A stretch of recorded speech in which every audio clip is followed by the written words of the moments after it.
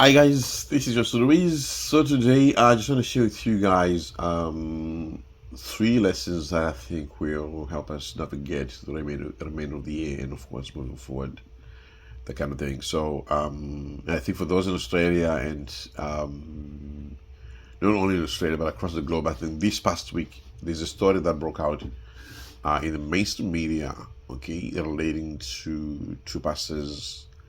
Now that story actually broke out in February. For those in Australia, it was been on the underground, so to speak, but then eventually got in the mainstream media this past week.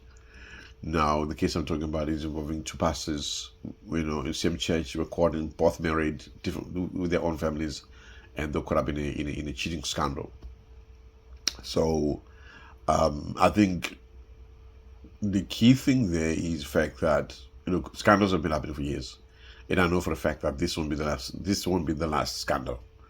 But I think one thing that, because I had a look at a number of different headlines, and for some reason, several times actually, they identified the church with Hillsong, which is quite interesting.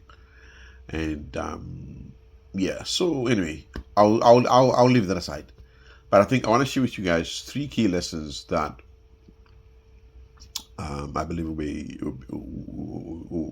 be worth an encouragement and also shed light on a number of things.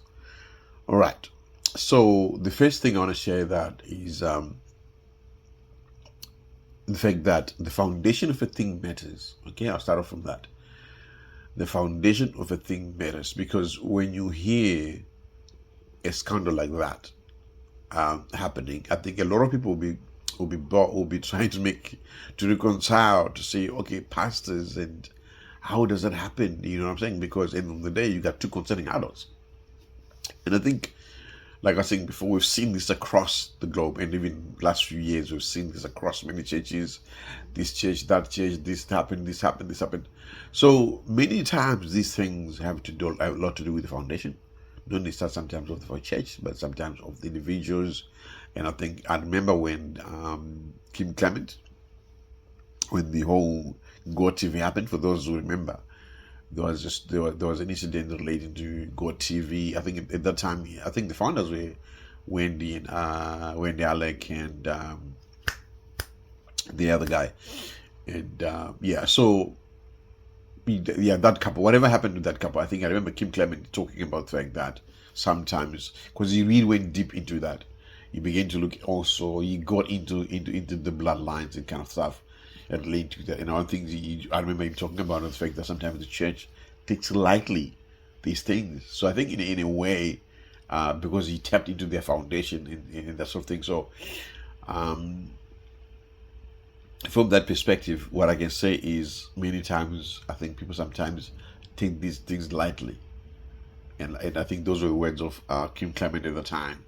And I think for those who don't know, Kim Clement is one of the powerful prophets ever. And I think even though he passed away, may so rest in peace, you find that some of his prophecies, they've come to pass. Okay.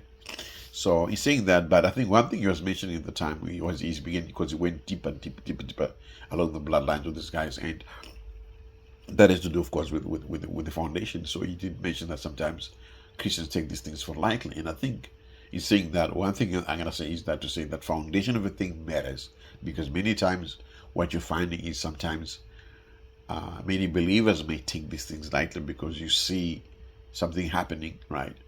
And there's a tendency to gloss over it and quickly move on, and let's just forget about it, move on. So the danger with that is people, they don't learn. In other words, those things can continue to happen because people are not paying attention. People are not learning from whatever's going on, because many of those things are foundational. If that makes sense. Yeah. So let me just say the foundation of a thing matters. I remember in January, if you go back, for those on Instagram, if you go in January, I did mention that this year, a lot of the things that are going to be witnessing this year related to ministries. Some of those things are going to be related to the foundations of those ministries and also sometimes of those individuals. Now that process is there, and I did mention it as well. If you saw my TikTok around the last TikTok I did end of December, before I took my annual social media break, I did talk about thing that There are going to be a lot of exposures happening in 2024, and many of those things that are going to be happening are going to be connected to the foundation. I think I did a number of videos in January and also end of December, where I talked about foundation and stuff like that. You can check them out later. But I think for this part, what I'm saying is the foundation of a thing matters, okay? Because most times you see things happening in countries, in churches, in families. Many times those things are rooted to the foundation, okay? That's a very big topic. I'll get into that as we go some stage. Now, the second thing is I want to share with you guys is if you're a leader, okay? If you're a leader, if you hold a position of leadership in church, and you go to public profile on the digital landscape, be it Twitter, be it Facebook, be it Instagram, be whatever. Just remember, with every post, with every comment you leave, you are leaving a digital footprint. You are leaving a digital trail. The reason I'm saying this is because the story concerning these two people that I was talking about for the story that broke out last week, what has happened is along the way, about a month ago, one of the journalists, I think, went into the accounts. He began to go back into like 5, 6, 8, 9, 10 months, even up to 1 year or 2 years, picking up points where the guy was flattering the woman, complimenting the woman, and also the woman complimenting the guy. And remember, these people are married, right?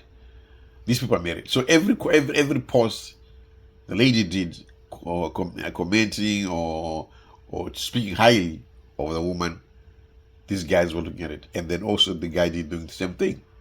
So the affinity of those two people towards each other has been there, and there's a digital footprint of that goes back to about a year or two. If that makes sense, yeah. So what I'm saying this to say that if you're a leader in any church capacity, any whatever responsibility you have, if you have got a profile online and it's public, just remember that every post you make, every comment you're making, okay, or every reaction to posting, you are leaving a digital footprint. I'll leave it at that. Okay, relate to that. Just know if you're in a leadership position and you're public, your social networks is profile. Your social media is on public profile. Just know that every footprint, every post, every comment you make, there's a digital footprint on it. I'll leave it at that. And then that was lesson number 2. The number 3, the last part I'm going to say is the third thing I want to say is, guys, I think it's very important that you pray for your leaders. I know sometimes people just say, "Oh, pray for the prayer." Sometimes people have the tendency to say, "I know, we'll pray for them, we'll pray. I saw praying, we'll pray," but they're not really praying. And I remember seeing a post the other week where someone said, for those people who've been promising people that, I'll pray for you, today's the day. Make sure you actually pray for those people, because sometimes people do that. I don't know why they do that. People do that. Say, "I know, we'll pray for you," but they don't pray. See. So on that, what I want to just say is to encourage you guys to say, pray for your leaders. Okay, if you're part of a church community, you whether go to church, whatever the case might be, just take your time from time to time. Pray for your leaders, okay? Pray for your leaders. Pray for your pastors. Of course, naturally, pray for families, your friends, relatives, and everything else. But of course, I want to highlight here is the importance of praying for your leaders, praying for your pastors, because a lot of them are going through stuff. Some of the stuff you never know. Some of the stuff you may never know. And some of the stuff maybe they may share. But I just want to encourage you guys to pray for your leaders. Pray for your pastors. Okay, I'm not a pastor. However, like I think some of you know, before I wrote, head over head 3 levels of prayer, by the way, which you can get on Amazon, Barnes & Noble, and whatever else. I did spend a number of years heading intercession. So as you can imagine, when you're heading intercession, you are the pastor's right-hand man, so to speak. In other words, you are the man who picks the temperature of the church, because any major issue as head of intercession, I'll know about it, related to families. And not only that, people send me messages all the time, "Brother Wisdom, please pray for this, pray for this, pray for that." So I knew I had a very good sense of the temperature in the church relating to prayer and what the major issues were. So because I was